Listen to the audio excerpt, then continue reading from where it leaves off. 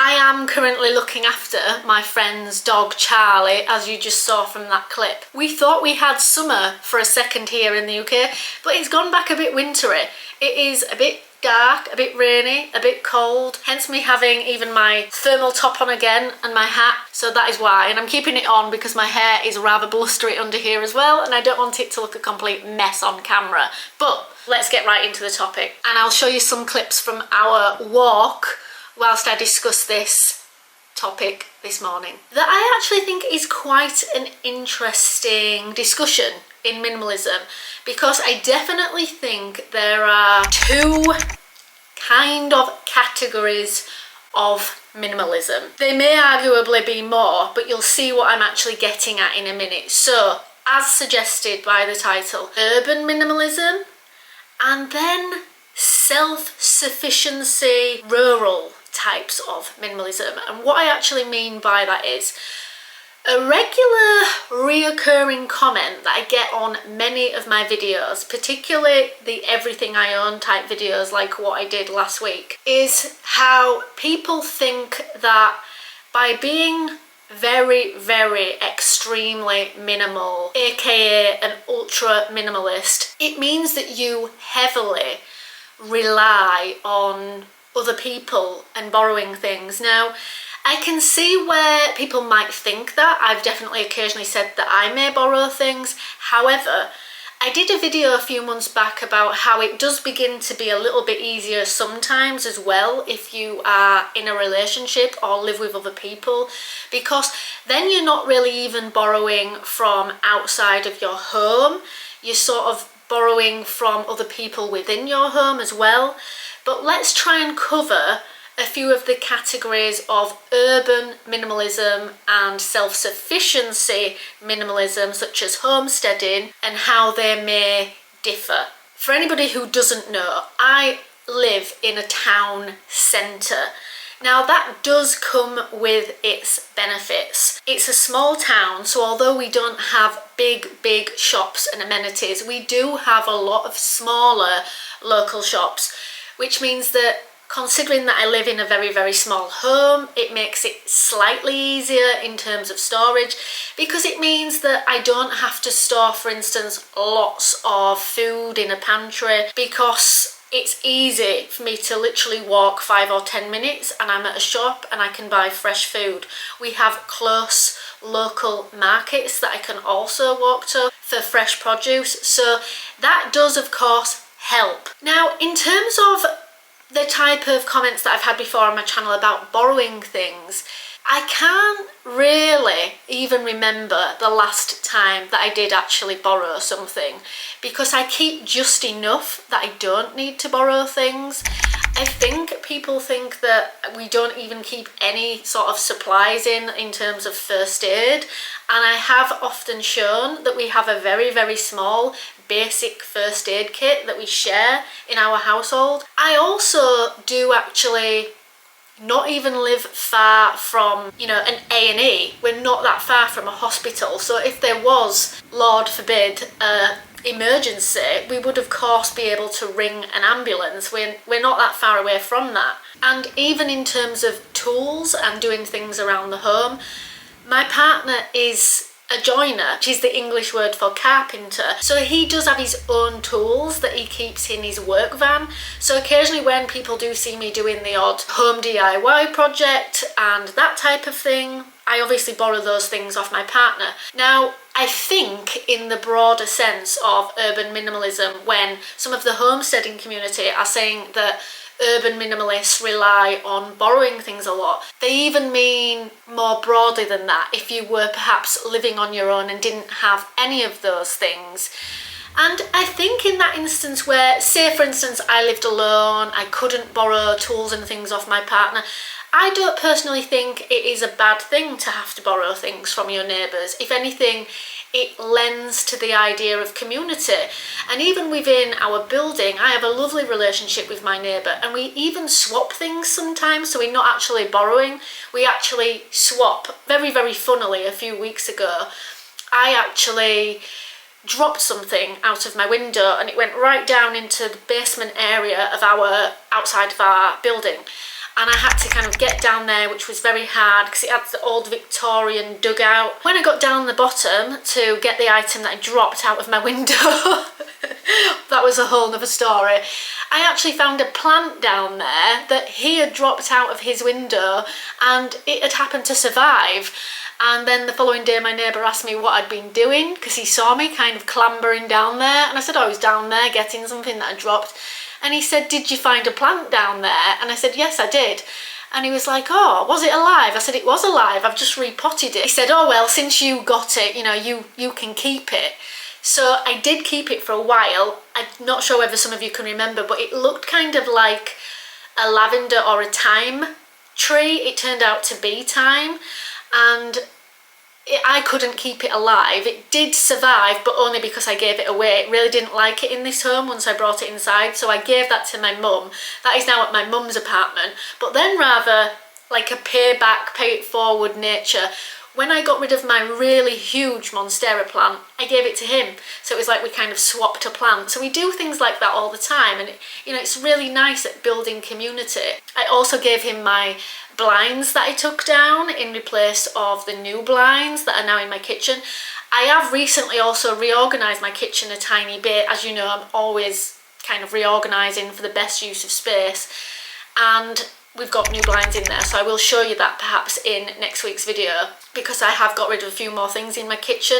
And while we're on the subject of that, before we go back to the urban minimalist versus homesteading debate, the reason that I constantly move my things around and reorganise is because we obviously do live in a very, very small home, and I am always just trying to look for more space, because it always feels like we don't quite have enough space for two people, and we are trying to make enough space. Anyway, urban minimalist versus homesteading debate. One thing I would like to say is that I absolutely agree with the homesteading community and the self-reliancy community that if you were living in the middle of nowhere, you would definitely need more items. But when I do the everything I own type videos, I am not trying to be competitive in any way. It's the way that I am just showing what I do own, because my circumstances are that I do get to live in, you know, a town environment where I can live this minimally. Obviously, if we lived in the middle of the nowhere, we wouldn't be able to live this minimally.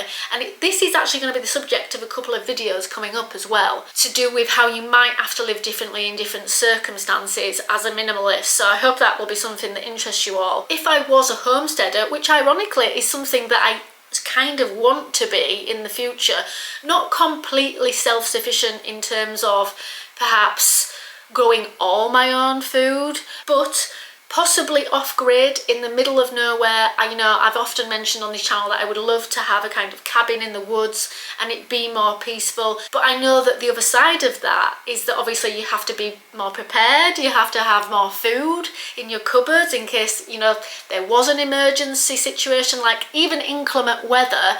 If there was a huge snowstorm and you are snowed away from the shops for a few days, then of course you have to have more food in your cupboard. Ironically, the place that I actually grew up in was very much like that. You know, I grew up with horses, and we were maybe about only 6 miles out of the town, but it was so hilly in the area where I lived, sort of in the middle of the Yorkshire Dales, that even 6 miles in the deepest, darkest depths of the winter, we got sort of 10-foot snowdrifts. So if it snowed, you could not get to the shops, so you did need more things in.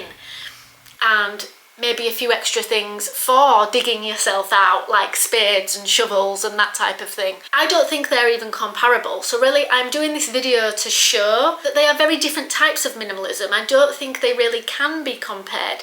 Yes, urban minimalists have amenities, they have quick access to things. That obviously means we can have a lot less stuff. If you are homesteading, it's a whole different kind of minimalism. You are really, really self-sufficient. You may not have shops close by.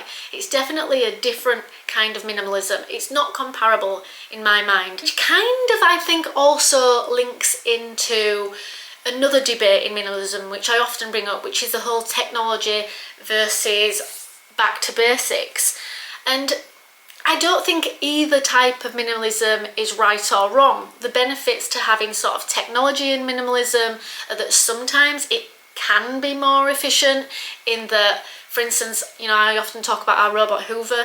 It's smaller, it's more compact. So for us in this small space where we had no cupboard to store a Hoover in, it's absolutely perfect for us. But obviously if you had a very, very large home, a home with stairs that it couldn't get up and down, for instance, then I could understand wanting a larger Hoover. Even understand people saying they just hate technology. You know, sometimes it is a hassle, it can break. And yeah, so like people have the iPad sometimes to write notes on. I can understand people thinking, no, keep it simple, notepad and pen, it can't go wrong, it's cheap, you know. I can understand both benefits, and I feel the way that that is relative is that when people often are homesteaders, that kind of goes with the slowing down and back to your roots and the basic pleasures of life, perhaps with no technology, keeping things simple that way. I, ironically, hopefully when I get my cabin in the woods, I think I'll always have some things that are electrical and technological that I enjoy. I don't think living off-grid, for instance, necessarily has to mean going completely without technology. You know, we all have our own different walks of life. So I just don't think that people in the self-sufficiency community need to sort of get all hot and bothered about urban minimalists having less than them. It is a completely different kind of minimalism. You know, we're not all in competition with each other. We all have different types of lifestyle as well. For instance, I live here in the UK. What also makes it easier for me living in a country that has no animals that are going to kill us in general. You know, no earthquakes. You know, the last earthquake was sort of 40 years ago that was severe. There was one about 20 years ago, but it was very, very small.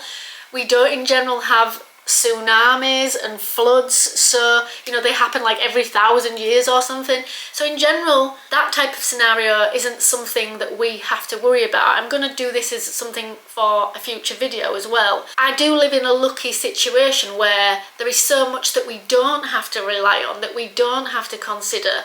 That is what enables me to be able to be so minimal.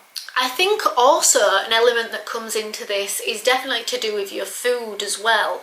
And one thing that I would really enjoy is that when I eventually do get my cabin in the wood, although I probably wouldn't completely be self-sufficient, as I just mentioned, I would enjoy preparing a lot more pickles and things than we really have space for in this home. So that obviously would involve owning a lot more jars. I would also enjoy making my own bread. That itself would involve owning more things to be able to do that. And those are small pleasures that I would definitely embrace more if I was living in that type of environment.